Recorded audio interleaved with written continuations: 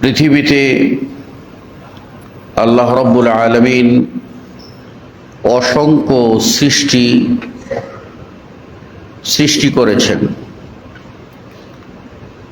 এই সবগুলিকে বলা হয় মাখলুকাত, সৃষ্টিরাজি বা সৃষ্টির সমূহ। আর মহান আল্লাহ হলেন একমাত্র খালেক বা স্রষ্টা। তিনি পৃথিবীতে কত প্রকার, কত শ্রেণীর, কত ধরনের সৃষ্টি তৈরি করেছেন, তার জ্ঞান কেবলমাত্র তিনিই জানেন। আমাদের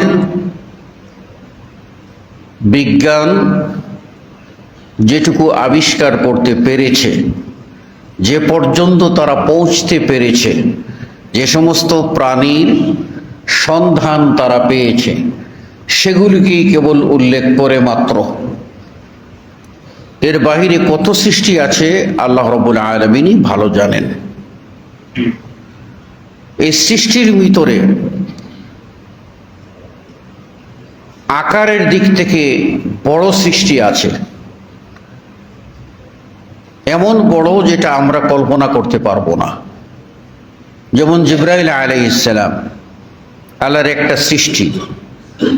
এই ফেরেশতা তার ডানা ছড়ালে পৃথিবীর এক প্রান্ত এক ডানা, আরেক প্রান্তে আরেক ডানা। তাহলে এবার বলুন ওই জিবরাইল কত বড়। আবার এমন সূক্ষ্ম ক্ষুদ্র প্রাণী আছে যেগুলি মাইক্রোস্কোপেও ধরে না। তাহলে এই সব ছোট্ট প্রাণী, সে একটা প্রাণী বা একটা জীবাণু, এটা যদি মাইক্রোস্কোপে ধরে না, এমন ভাবে শরীরে, মানুষের শরীরে বা যে কোনো প্রাণীর শরীরে লুকিয়ে থাকতে পারে, যেটা সাধারণ অক্সিজেন ছাড়াও সে বাঁচতে পারে। কোনো প্রাণী কিন্তু অক্সিজেন ছাড়া বাঁচতে পারে না। এমন সূক্ষ্ম জীবাণু আছে যারা অক্সিজেন ছাড়াও বাঁচতে পারে। ওই জীবাণু যখন মানুষকে আক্রান্ত করে, তখন মানুষ অস্থির হয়ে যায় এবং সে ক্রমশ দুর্বল হতে থাকে। এক পর্যায়ে সে অস্থিরতা এমন বেড়ে যায় যে এই ছোট্ট প্রাণীর আক্রমণে মানুষ বড় ধরনের ডিজিজ, বড় ধরনের রোগে আক্রান্ত হয়ে সেটা ক্যান্সারের রূপ নেয় এবং মানুষ মারা যায়। তাহলে আল্লাহ রাব্বুল আলামিন কি সৃষ্টি করেছেন, এগুলি নিয়ে যদি একজন মানুষ ভাবে, তাহলে আল্লাহকে চিনতে কষ্ট হওয়ার কথা না। দুর্ভাগ্য যে আমরা আল্লাহর ওই সৃষ্টি নিয়ে চিন্তা করি না। আল্লাহর প্রত্যেকটা সৃষ্টি এই কথার সাক্ষ্য বহন করে যে তার একজন স্রষ্টা আছেন। প্রত্যেকটা সৃষ্টি এই কথার দলিল, প্রমাণ আপনার আমার সামনে প্রমাণ করে যে তার একজন স্রষ্টা আছেন। তাহলে ওই স্রষ্টার কাছে আত্মনিবেদন করা, নিজেকে উৎসর্গ করা, এটাই তো সৃষ্টির ধর্ম হওয়া উচিত। কেন মানুষ বুঝে না? বলছিলাম পৃথিবীতে অনেক মখলুক, এই অনেক মখলুকের মধ্যে সবচেয়ে বোকা, নির্বুধ হচ্ছে মানুষ এবং জিন। এই দুইয়ের ভিতরে শক্তিশালী হলো মানুষ। কারণ এই মানুষ আপনার দৃশ্যমান, এবং এই মানুষের মধ্যেই নবী ও রসুল এসেছেন। কোন জিনদের মধ্যে নবী ও রসুল এসেছেন তার প্রমাণ নেই। কোনো নারী কোনোদিন নবী ও রসুল হয়েছেন তার কোনো প্রমাণ নাই। সুতরাং জিনকে শাসন করে মানুষ। আর আমাদের সমাজে কিছু মানুষ জিনের শক্তিতে খুব বিশ্বাস করে, কোথায় জিনের বাদশা, কোন থেকে কোন মন্ত্র পড়ে, আর সেগুলিকে আয়ত্ত করে মানুষের ভিতরে ধান্দাবাজি করে এবং মানুষের ঈমান নিয়ে লুকোচুরি খেলে মানুষও বিভ্রান্ত হয়ে ওই তথাকথিত জিনের নামে ধর্ণা দেয়, ভক্তি দেয়। জিন বলছে অমুক জায়গায় নিয়ে স্বর্ণের গহনাটা রেখে দাও, আর ওখানেই তার লোক পাঠায়, মানুষ নামী পশু পাঠায়, ঠিক 12টা 1 মিনিটে রাখবা, আর অদ্ভুত আকার ধারণ করে মানুষ গিয়ে সেটা নিয়ে নেয়, আবার মানুষের হাতেই ধরা পড়ে কিলঘুষি খায়, তারপরেও মানুষের হুঁশ হয় না। বলছিলাম এই মানুষকে আল্লাহ তৈরি করেছেন মাটি দিয়ে, আর জিনকে তৈরি করেছেন আগুন দিয়ে। ও খালাকাল জান্না মিন মারিজিম মিন নার।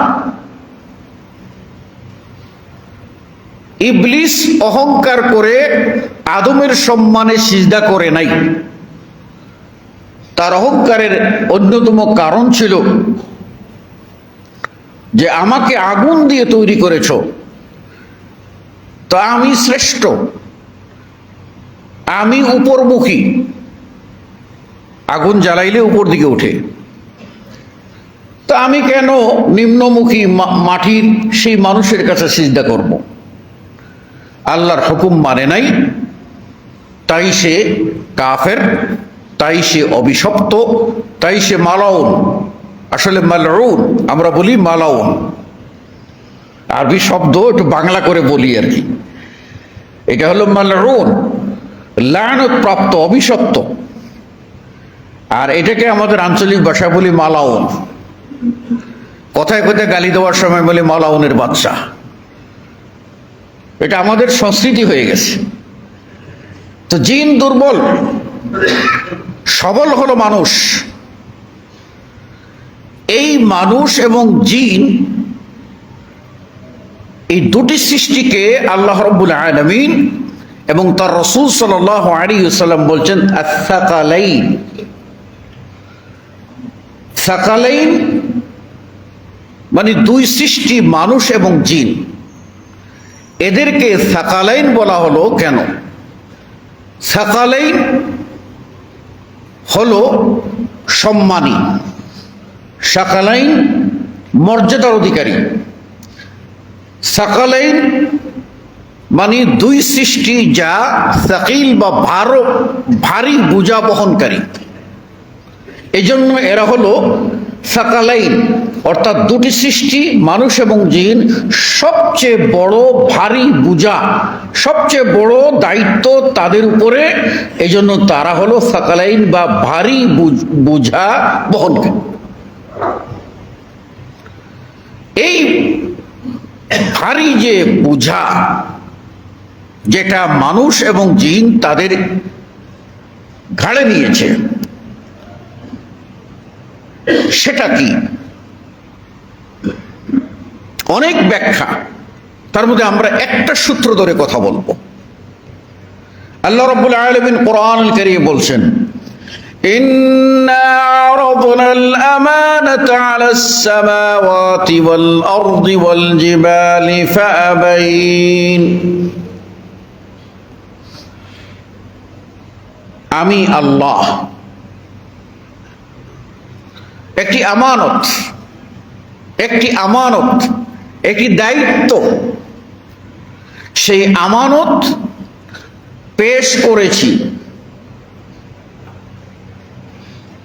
7 আসমানের কাছে,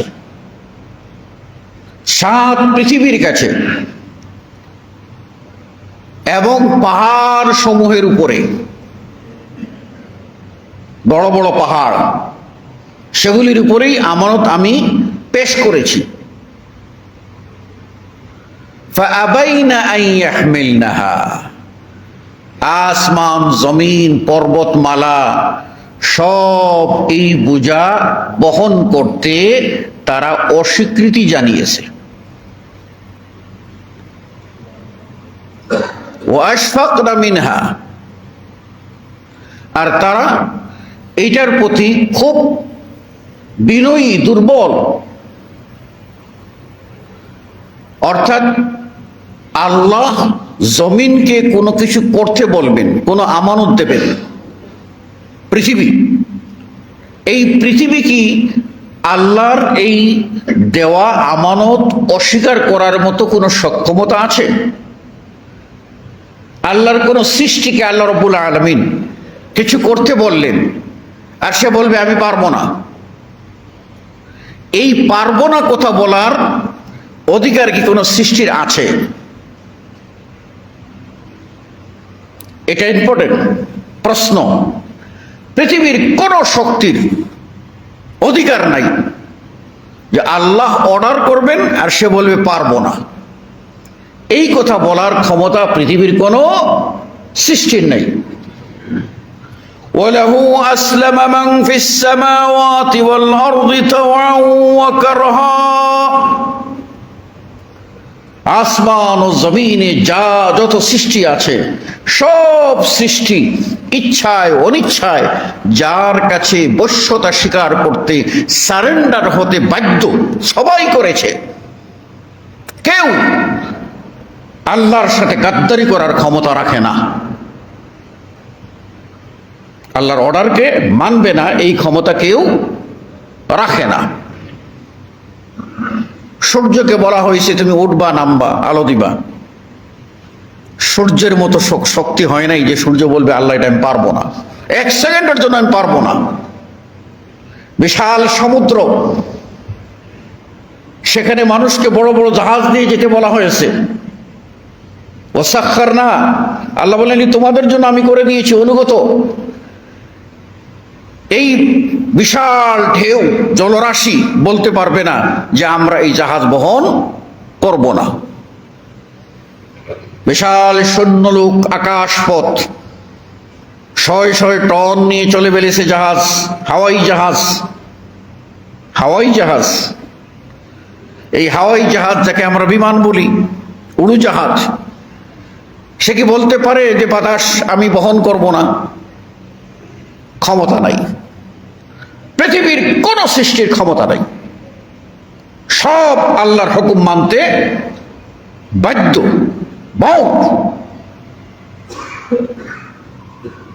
কিন্তু এমন কি আমানত যেটা আল্লাহ রাব্বুল আলামিন জমিনকে বললেন, পৃথিবীকে বললেন, আর পাহাড়কে বললেন, তারা অস্বীকার করল। তাহলে আমানতটা কি আর তাদের অস্বীকৃতিটা কি ধরনের? কারণ আল্লাহর সামনে অস্বীকার করার ক্ষমতা কারো নাই, তাহলে তারা অস্বীকৃতিটা করলো কেন? তারা কি অপরাধ করে নাই? না,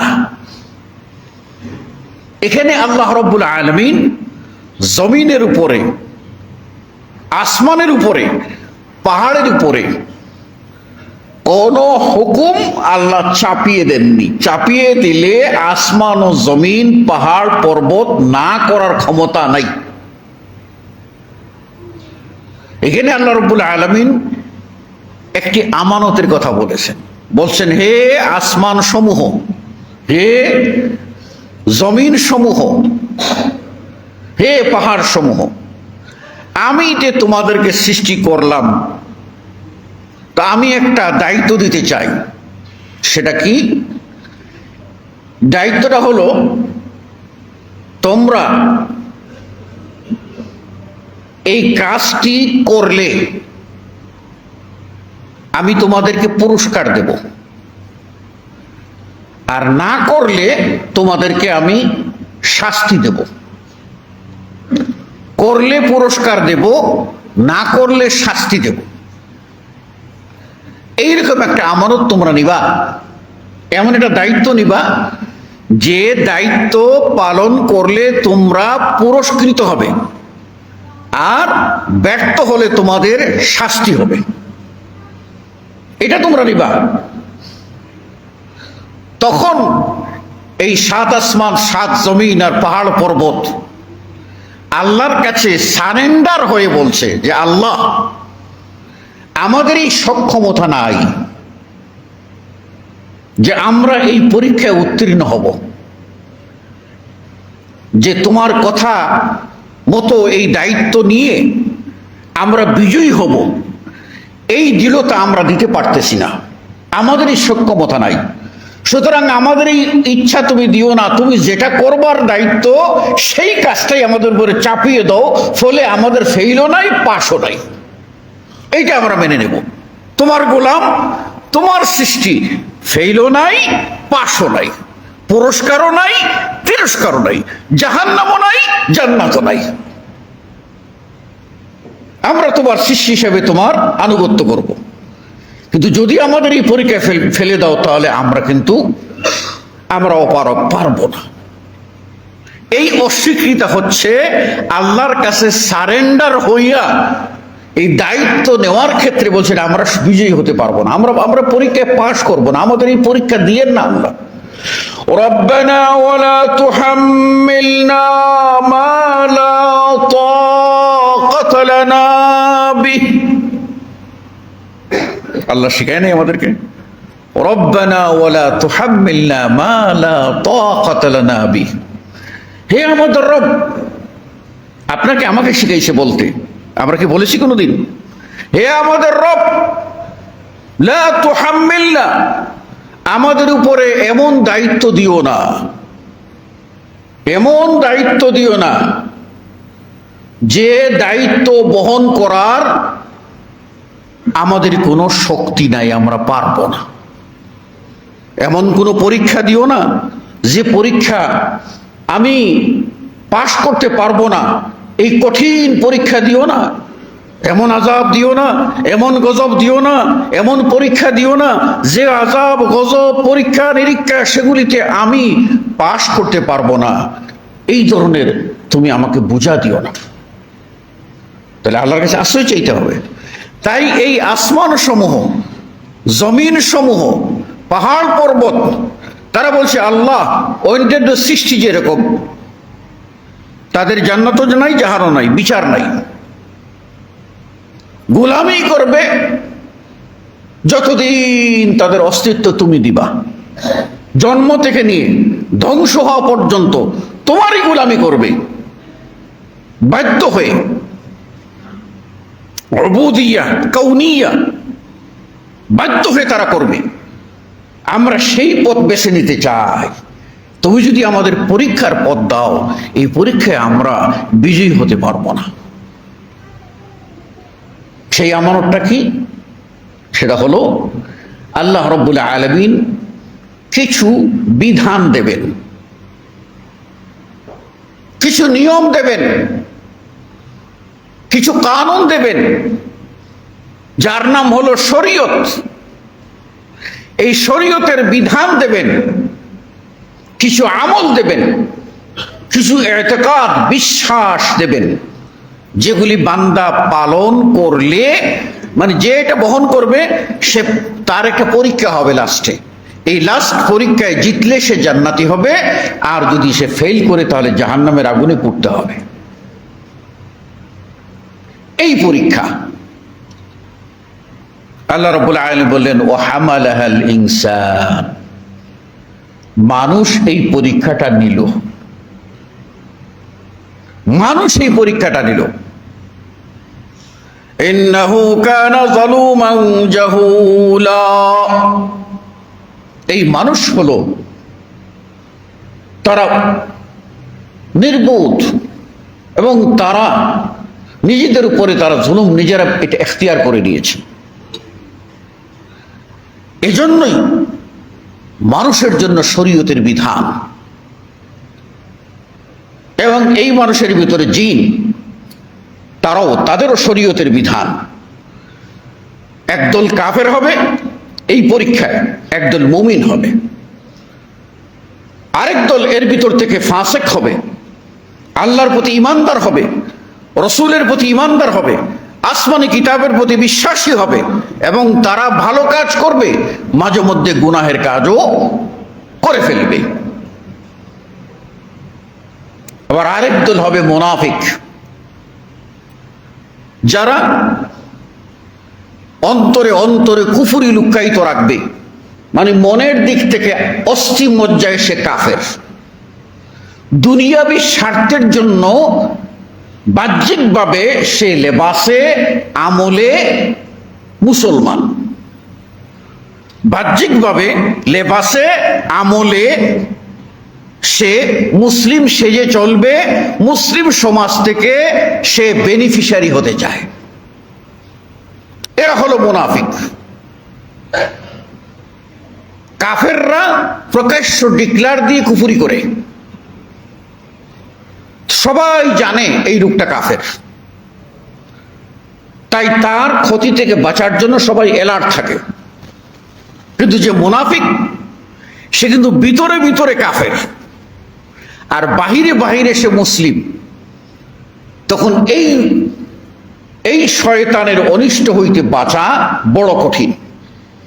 সে আপনার পরিবারে ঢুকবে, আপনার সমাজে ঢুকবে, এবং ঢুকে আপনার সাথে চলবে আপনার হিতাকাঙ্ক্ষী হয়ে, আর পরে ওইটাই আপনার ক্ষতি সাধন করবে। এই মুনাফিক, এদের ভিতরে মুমিন, কাফের, মুমিন ফাসিক, মুমিন কামেল, আবার মুনাফিক, এই শ্রেণীতে বিভক্ত হয়েছে জাতি।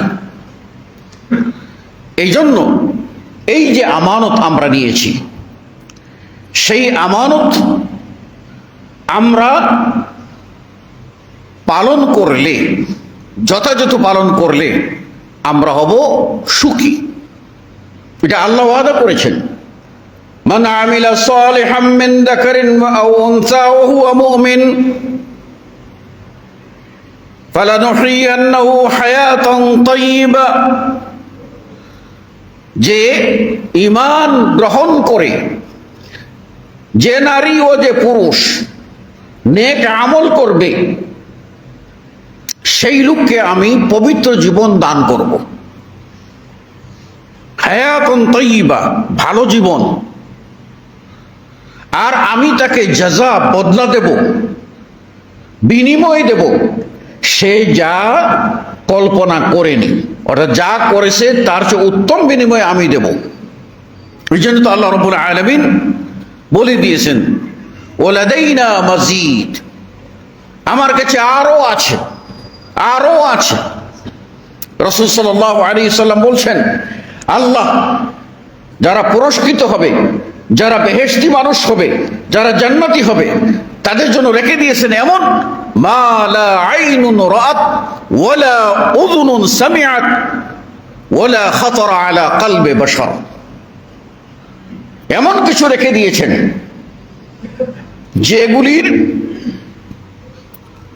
যেগুলি কোনোদিন চোখও দেখে নাই, কানেও তার বিবরণ শুনে নাই। চোখ দিয়ে দেখে আয়ত্ত করবে, বুঝবে, আইডিয়া করার ক্ষমতা নাই। কান দিয়েও কোনোদিন শুনে নাই কিরকম নিয়ামত, এবং অন্তর দিয়ে কল্পনা করবে, ভাববে, এই ভাবনার ঊর্ধ্বে এমন সব নিয়ামত আমি রেখে দিয়েছি। কাদের জন্য? যারা ওই আমানতের যথাযথ ইউটিলাইজেশন করবে, এই আমানতকে বাস্তবায়ন করবে। এই আমানত এমন একটি গুরুত্বপূর্ণ আমানত, যে আমানত পালন করার মাধ্যমে আপনি হবেন আল্লাহ ওয়ালা। উলাইকা হিজবুল্লাহ, আপনি আল্লাহর দলের অন্তর্ভুক্ত হবেন। আর যদি আমানত পালন না করেন, ব্যর্থ হন, তাহলে আপনি হবেন উলাইকা হিজবুশ শাইতান, আপনি শয়তানের দলে যাবেন। সিদ্ধান্ত আপনার। আপনি যখন নাম রেজিস্ট্রি করেছেন মুমিন হিসাবে, এই আমানত আপনার স্কন্ধে কাদের উপরে চাপিয়ে নিয়েছেন, এবার আপনাকে সিদ্ধান্ত নিতে হবে, আপনি কি আল্লাহর দলে থাকবেন না আল্লাহর দুশমন শয়তানের দলে থাকবেন। এটা আপনাকে আমাকেই সিদ্ধান্ত নিতে হবে। আর এই সিদ্ধান্ত নেওয়ার ইখতিয়ার, অধিকার আল্লাহ রাব্বুল আলামিন আমাদেরকে দিয়েছেন, আমাদেরকে ইখতিয়ার দিয়েছেন।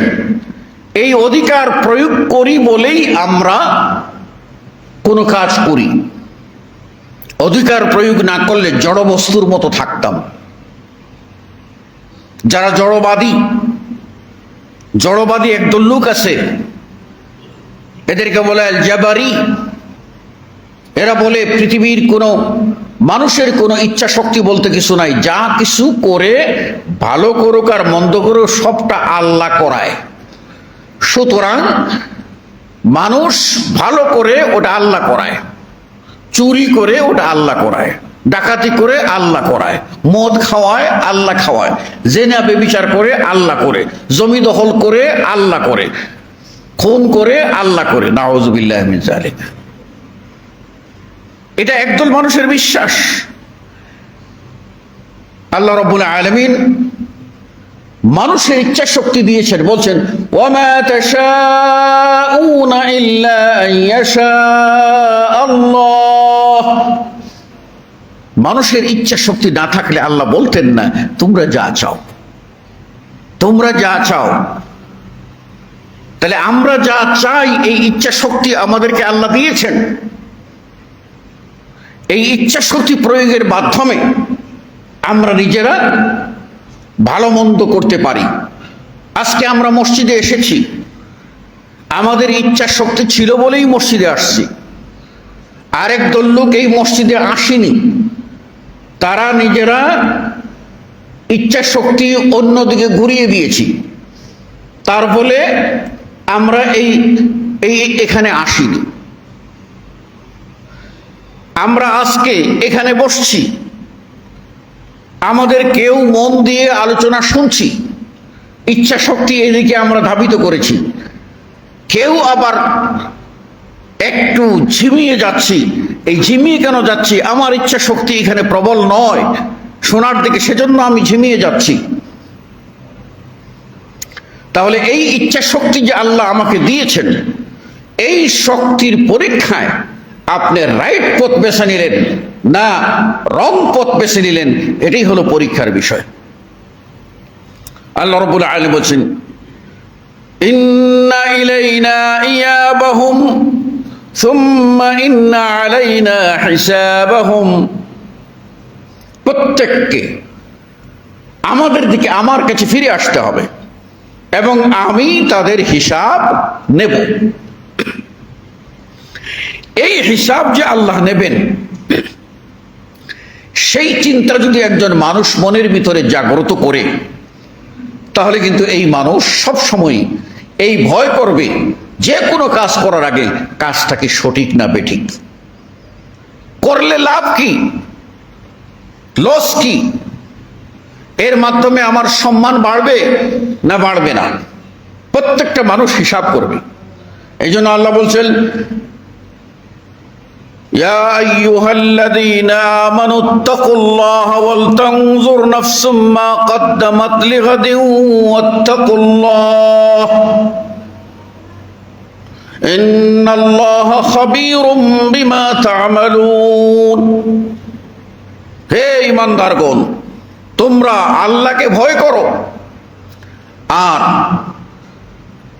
মরণের পরবর্তী জিন্দেগি, পরকালের জন্য কি পাঠিয়েছো, কি আমল পাঠিয়েছো, সেটা একটু তোমরা খতিয়ে দেখো, হিসাব মিলাও। যা করেছো তা দিয়ে কি আল্লাহকে সন্তুষ্ট করতে পারবে? যা করেছো তা দিয়ে কি আল্লাহর আযাব থেকে বাঁচতে পারবে? যা করেছো তা দিয়ে কি বেহেশতবাসী হতে পারবে? যা করেছো তা দিয়ে কি জাহান্নাম থেকে নিজেকে রক্ষা করতে পারবে? আল্লাহ বলছেন ইত্তাকুল্লাহ, আল্লাহকে ভয় করো। ইন্নাল্লাহা খাবীরুম বিমা তা'মালুন, তোমরা যা করো, দিনে করো আর রাতে করো, জনগণের সামনে করো আর নির্জনে করো, যা কিছু করো, আমি আল্লাহ সব কিছুর খবর রাখি। আল্লাহ সব কিছুর খবর রাখেন। সুতরাং যে ব্যক্তি পরকাল চাইবে সেই লোক সব সময় আল্লাহকে ভয় করে চলবে, প্রত্যেকটি কাজ করার আগে হিসাব করবে।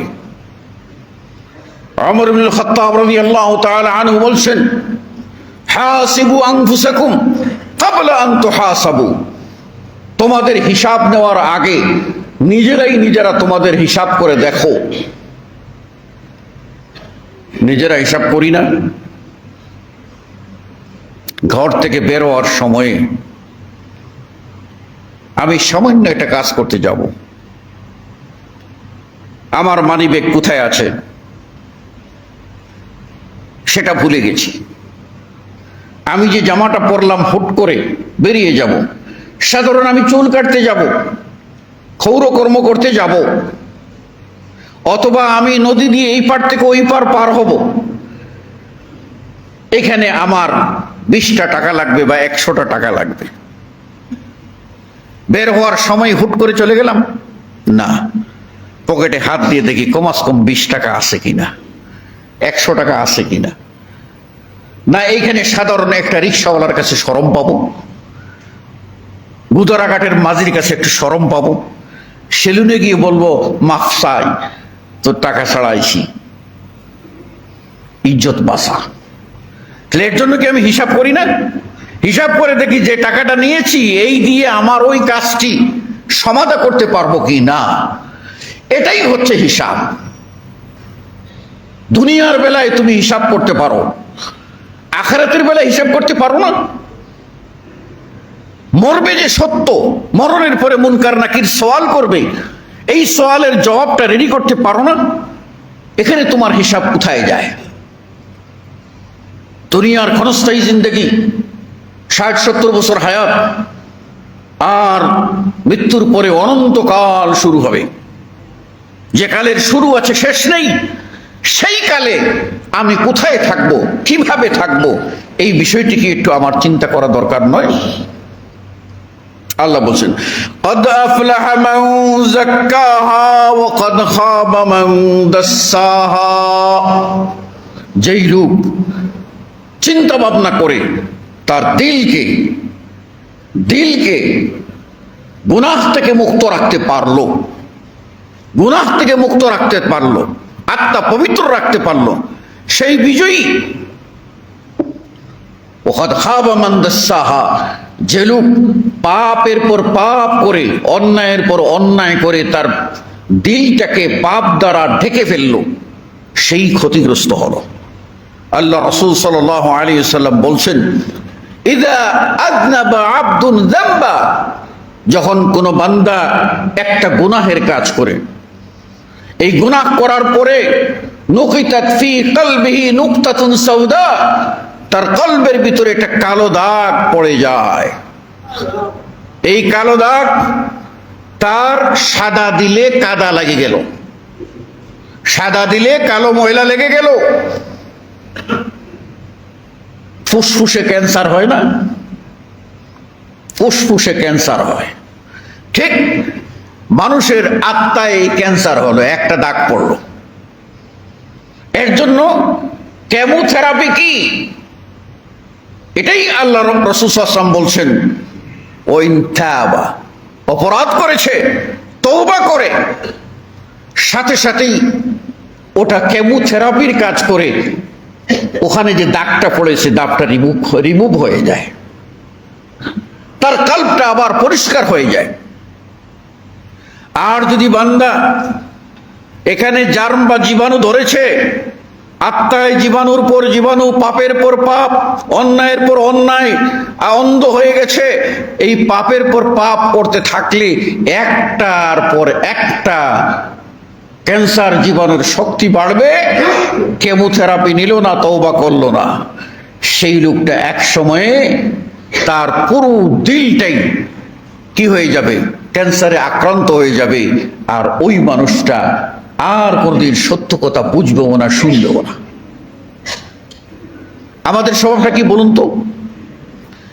আমরা জানি না মেজর এবং কমন কিছু বিষয় আছে যেগুলির প্রত্যেক ব্যক্তি, নারী পুরুষ মুসলিম সবাই জানি, তারপরেও সমস্যা কোথায় মানি না। সমস্যা এক জায়গায়, আমরা আমল করি না, আমরা ভালো চিন্তা সব সময় করি না। সব সময় আমাদের ভিতরে একটা নেগেটিভ চিন্তা আমাদের ভিতরে রয়ে গেছে। এই নেগেটিভ চিন্তা, এই খারাপ ধারণা, কুধারণা এক সময় আমাকে তিলে তিলে নিঃশেষ করে দেবে। এটা আমাদের মনে রাখতে হবে। আপনি কি আল্লাহর কাছ থেকে ক্ষমা চান? বলবেন হ্যাঁ। তাহলে বলুন তো, আপনার কাছে কোনো মানুষ অন্যায় করেছে, তাকে কি ক্ষমা করেছেন? তাকে কি ক্ষমা করেছেন? বলে না, আমার পাওনা 16 আনা আমি আদায় করেছি, ক্ষমা করিনি। তাই আল্লাহ যদি বলে যে আমার পাওনা কিয়ামতের মাঠে 16 আনা আদায় করবো, তোরে আমি ছাড় দেবো না, 100টাও ছাড় পাবি না, কি করবেন তখন? কি করবেন তখন? লক্ষ লক্ষ না কোটি কোটি মিলিয়ন আত্মসাৎ করতেছে, বিচার নাই। আর ক্ষুধার্ত একটা ছেলে একটা কলা নিয়ে খেয়েছে, সেজন্য তার হাত মুচড় দিয়ে ভেঙে দিয়েছে মালিক। পাশ থেকে জনগণ বলছে, ধরার পরে বলছে ওর হাত ভেঙে দাও। ওর হাত ভেঙে দেওয়া হলো। ওই গরিব মানুষটার হাত ভেঙে দিলেন আপনি, মচকে দিলেন আপনি। আপনি অন্যায়টা এটা এটুকু করলেন, একবার চিন্তা করলেন না, বাবারে তুমি কেন চুরি করেছো, তুমি কেন?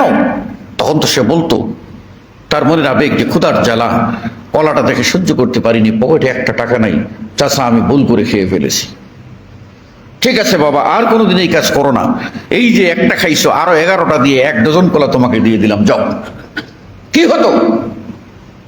হতোটা কি?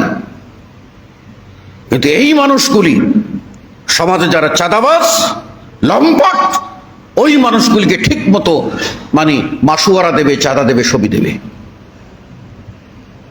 তো আমি যেটা বলতে চাই সেটা হলো, যদি আমরা নিজেরা আমাদের ভিতরে এই মহৎ গুণের অধিকারী না হইয়া, আমানতটা যে গ্রহণ করেছি, এই আমানতের প্রতি যত্নশীল না হইয়া আমরা যদি বেপরোয়া হয়ে যাই, তাহলে কিন্তু আমাদের কোনো পরিত্রাণ নাই। সাহাবায়ে কেরাম যখনই শুনেছেন জান্নাতের সুসংবাদের কথা, বলছেন ইয়া রাসূলুল্লাহ, ইয়া রাসূলুল্লাহ, দোয়া করুন আমি যেন সেই জান্নাতি হতে পারি। আল্লাহ নবী বলেন, ঠিক আছে, তুমি সেই জান্নাতি। আরেকজন লাভ দিয়ে বললেন, ইয়া রাসূলুল্লাহ, আমার জন্য এবার দোয়া করুন, আমি যেন সেই জান্নাতি হতে পারি। আল্লাহ নবী বলেন, না, সাবাকা বিকা উক্কাশা, উক্কাশা আগে কইছে, সে আগে নিয়ে ফেলেছে, আর না। মানে আল্লাহ নবী সাল্লাল্লাহু আলাইহি ওয়াসাল্লাম জান্নাতের সুসংবাদ এবারে ফাইনালি দিয়ে দিয়েছেন, এটা তো আল্লাহর পক্ষ থেকে। সুতরাং জান্নাতের মালিক তো আল্লাহ। আল্লাহ তার নবীকে বলছেন, উক্কাশা যখন এত আগ্রহ প্রকাশ করেছে, তাকে আমি দিয়ে দিলাম, তুমি ডিক্লেয়ার করে দাও। আরেকজন যখন দাঁড়াইছে, তখন বলছে কি যে আল্লাহর পক্ষ থেকে অর্ডার আর নাই, এখন আর পারবা না। আল্লাহ নবী সাল্লাল্লাহু আলাইহি ইসলামের সাহাবী শুনেছেন জান্নাতের 8টি তরুণ আছে। একজন দাঁড়িয়ে বলছে, ইয়া রাসূলুল্লাহ, এই 8টি গেট দিয়ে ঢোকার সৌভাগ্য কার হবে? আল্লাহ নবী বলেন, হবে, তোমার হবে, হ্যাঁ আবু বকর। আরেকজন শুনেছেন যে লান তানালুল বিররা হাত্তা তুনফিকু মিম্মা তুহিব্বুন, তোমাদের প্রিয় বস্তু আল্লাহর রাস্তায় দান না করা পর্যন্ত তোমরা আল্লাহর কল্যাণ লাভ করতে পারবে না। মদিনার সবচেয়ে বড় প্রিয় খেজুর বাগান, যার নিচ দিয়ে সুন্দর ঝর্ণা, সেই ঝর্ণার পানি যেত এবং মিষ্টি পানি। আল্লাহর নবীর সাহাবীও সেই বাগানে, আল্লাহ নবী নিজে ওই বাগানে ঢুকতেন এবং ওই বাগানের পানি, ওই ঝর্ণার পানিও নবী সাল্লাল্লাহু আলাইহি ওয়াসাল্লাম পান করতেন। কি বাগান, কি বাগান! যখনই এই আয়াতটা শুনেছেন, প্রিয় বস্তু দিতে হবে, সাহাবী বলেন, ইয়া রাসূলুল্লাহ, আমি এটা দিয়ে দিলাম আল্লাহর ওয়াস্তে। বাড়িতে আসছেন, বাড়িতে আসার পরে, আমাদের বাড়িতে ঢোকার পরে বাড়িতে ঘরের ভিতরে হোম মিনিস্টার গরম থাকে, তাই না? হোম মিনিস্টার গরম থাকে না? এখন আপনি যদি বলেন যে আমার পকেটে ছিল 10,000 টাকা, সবটাই মসজিদের কাজের জন্য ডাক দিছি, সব 10,000 টাকাই দিয়ে দিছি, বলে 10,000 টাকা দিয়ে দিছে, যাও মসজিদে গিয়ে লিল্লাহ খাও, ঘরে জায়গা নাই। আছে না কিছু মানুষ? হ্যাঁ, কিন্তু ওই সাহাবী দান করেছেন, আর দান করার পরে ঘরের ভিতরে আসছেন, এসে বলছেন যে আমি তো একটা কাজ করে ফেলেছি। কি কাজ করেছো? এই কাজ বলে, সবচেয়ে উত্তম ব্যবসা তুমি আল্লাহর সাথে করেছো, উত্তম ব্যবসা। খাবার চিন্তা তাদের ভিতরে ঢুকে নাই, তারা সেই কাজটি করেছেন। সুতরাং আল্লাহ বলেন ফাস্তাবিকুল খায়রাত, সময় থাকতে নেকির কাজে প্রতিযোগিতা করো। আজকের পরে কালকে তুমি বেঁচে থাকবে তার কোনো গ্যারান্টি নাই। আজকে তুমি টাকাওয়ালা, কালকে তুমি ফকির, হয় না? আপনারা দেখেছেন, এই তো ময়মনসিংহের একজন দুবারের এমপি, দুবারের এমপি, সেই এমপি তাকে নিতে হলো আপনার ভাড়া ওই 2-2.5 হাজার টাকার ছোট্ট টিনের একটা ঘর, সেখানে থাকতে হলো। তারপর সরকারের কাছ থেকে ছোট্ট একটা ঘর আর একটা বাথরুম, একটা ওযুখানার ব্যবস্থা, সেই ঘরের জন্য আবেদন করে চাবি নিয়ে তার জিন্দেগি কাটাইতে হলো। এক সময় যার ধাপটে, যার টাকা পয়সায় সবই ছিল, কিন্তু কিছুই থাকলো না। এটা তো আমাদের দেশের ঘটনা। ভারতের সবচেয়ে বড় একজন ধনকুবর সম্পত্তি সব সন্তানের নামে দিয়েছে, এবার তাকে আর বৃদ্ধাশ্রমে যেতে হয়, ঠাই নাই ঘরে। এবার নিজে আদালতের বারান্দায় ঘুরে আর ঘুরে করে আমার মাল ফেরত পাওয়ার কোনো উপায় আছে কি? আল্লাহ কয়ে, আমি তোর কাছে দিছিলাম চাবি, কেন তুই চাবি অন্যের কাছে হস্তান্তর করলি? আমি তোর যে ক্ষমতা দিয়েছি, এই ক্ষমতা তুই রাখলি না, তুই তোর মন মতো চললি, আমার বিধান মানলি না। এবার দুয়ারে দুয়ারে ঘুর, ধিক্কার তোর জীবনে। অতএব আল্লাহর বিধানের কাছে সারেন্ডার করে যদি কল্যাণ লাভ করতে চাই, তবেই আমরা সফল কাম হব। আল্লাহ রাব্বুল আলামিন আমাদের সকলকে যে আমানত আমরা বুঝিয়ে নিয়েছি, পরকালের কঠিন পরীক্ষা আমরা কিন্তু স্বেচ্ছায় গ্রহণ করেছি। আমরা পরীক্ষা দেব, পাশ করে নেব, পরীক্ষা দেব এবং পাশ করে নেব। গত জুমাবারে আমাদের এক ভাইয়ের জানাজায় হাজির হলাম। ইসলামী বিশ্ববিদ্যালয় থেকে যখন সে এমফিল করে, তার থিসিসটা এত উন্নত মানের হয়েছিল, যে এত উন্নত মানের হয়েছিল, বিশ্ববিদ্যালয় তাকে বলছে তোমাকে এমফিল নয়, এটার জন্য তোমাকে পিএইচডি দেব, ডক্টরেট ডিগ্রি দেবো, তুমি নাও। ডক্টরেট ডিগ্রির যোগ্য তোমার থিসিসটা, গবেষণাটা। সে বলছে আমি পরিশ্রম ছাড়া কিছু নিতে চাই না, পরিশ্রম ছাড়া কিছু নিতে চাই না, আমাকে এমফিল ডিগ্রি দেন, প্রয়োজনে আরো কঠোর পরিশ্রম করে আমি পিএইচডি ডিগ্রি অর্জন করব। আছে মানুষ। সুতরাং প্রতিযোগিতা যখন নিয়েছি, প্রতিযোগিতায় বিজয়ী আমাকে হতেই হবে, এই স্বপ্ন আমাদের প্রত্যেককেই বুনতে হবে। দুনিয়া ক্ষণস্থায়ী, ये दुनिया मिस्र फाना कुछ नहीं जाएंगे साथ, সব খালি রেখে চলে যেতে হবে। এবং আপনি মনে করেন, এটা মনে করেন যে আমি ছাড়া আমার এই সংসার কে চালাবে, আমার এই মেইল ফ্যাক্টরি কে চালাবে, আমার কোম্পানি কে চালাবে, এইগুলি কে চালাবে, আমার তো কোনো যোগ্য ছেলে পেলে নাই, কে চালাবে? এটা নিয়ে আপনি মরতেছেন, চিন্তা করতে করতে একেবারে দুর্বল হয়ে পড়ছেন। আপনি চোখ বন্ধ করে দেখেন যে আপনার যে বউ ঘর থেকে বেরোইতো না, সেও বউ রাজরানী হয়ে গেছে, সেই বউ কমিটি মানে কোম্পানি চালাবার সক্ষমতা হয়ে গেছে। যে বাচ্চা আজকে 10-12 বছর তার অপ্রাপ্ত বয়স্ক ভাবতেছেন, তার সেই ধাপটে অন্যান্য কর্মকর্তা কর্মচারীরা ভয়ে কাঁপবে, সব সামাল দেবে। আপনি নাই দুনিয়ায়, নাই নাই নাই, আপনি নাই, এই দুনিয়া চলবে না। এই চিন্তা মাথা থেকে বের করে দেন। আপনার কাজটা আপনি করে নেন, চোখ বুঝবে, আপনি চলে যাবেন, অন্য জন দখল করে নেবে। এটা দুনিয়ার সাধারণ নিয়ম, আপনার জন্য কিচ্ছুই অপেক্ষা করবে না। অতএব হালাল হারামের ভয় করে, আল্লাহকে চিন্তা করে কিছু কামাই করুন, পরকালে সঞ্চয় করুন। আল্লাহ রাব্বুল আলামিন আমাদের সবাইকে সত্যিকারের আমানতদার হওয়ার তৌফিক দান করুন। আমিন। আকুলু কওলি হাযা আস্তাগফিরুল্লাহ লি ওয়া লাকুম ওয়া লিসাইরিল মুসলিমিন। বারাকাল্লাহু লানা ওয়া লাকুম ফিল কুরআনিল আযীম ওয়া নাফা'নি ওয়া ইয়্যাকুম বিল আয়াতি ওয়া যিকরিল হাকীম। ইন্নাহু তাআলা জাওয়াদুন কারীমুন মালিকুম রাউফুর রহিম। ফাস্তাগফিরুহু মিন কুল্লি যামবিন ইন্নাহু الرحيم